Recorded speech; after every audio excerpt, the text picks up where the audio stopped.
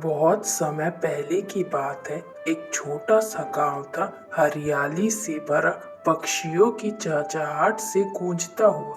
वहीं रहता था एक गरीब किसान जिसका नाम था धनिया। उसका घर मिट्टी की झोपड़ी से बना, लेकिन उसका दिल सोने जैसा था। धनिया सुबह जल्दी उठता, नदी में स्नान करता और अपनी झोपड़ी के कोनों में दीप जलाकर भगवान की पूजा करता था। उसके पास देने को कुछ नहीं था, लेकिन उसके दिल में भक्ति का समंदर था। वह हर रोज कहता, प्रभु, मेरे पास धन नहीं, पर मेरा मन आपका है। गांव के कुछ लोग उसका मजाक उड़ाते। वे कहते, अरे धनिया, भगवान तेरे जैसे गरीब के घर क्यों आएगा? लेकिन धनिया मुस्कुराता और जवाब देता, भगवान को महल नहीं चाहिए, बस सच्चा दिल चाहिए। एक दिन गांव में एक वृद्ध साधु आया। उन्होंने कहा, कल भगवान स्वयं इस गांव में किसी सच्चे भक्त के घर आने वाले। इतना सुनते ही पूरे गांव में हलचल मच गई।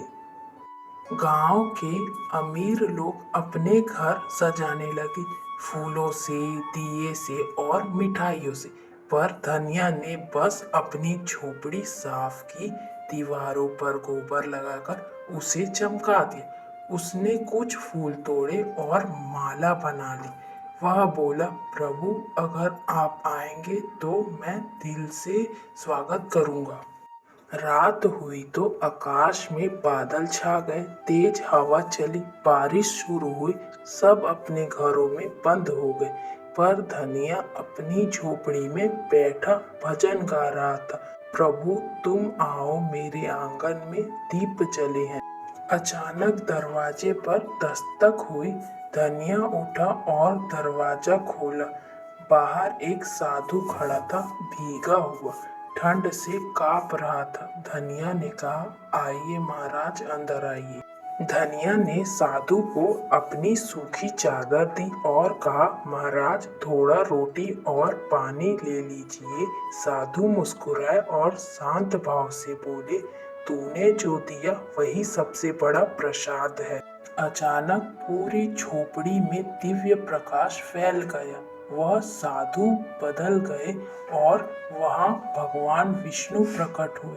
धनिया हैरान होकर उनके चरणों में गिर पड़ा। भगवान बोले, धनिया, तेरी सच्ची भक्ति ने मुझे यहाँ आने पर मजबूर कर दिया।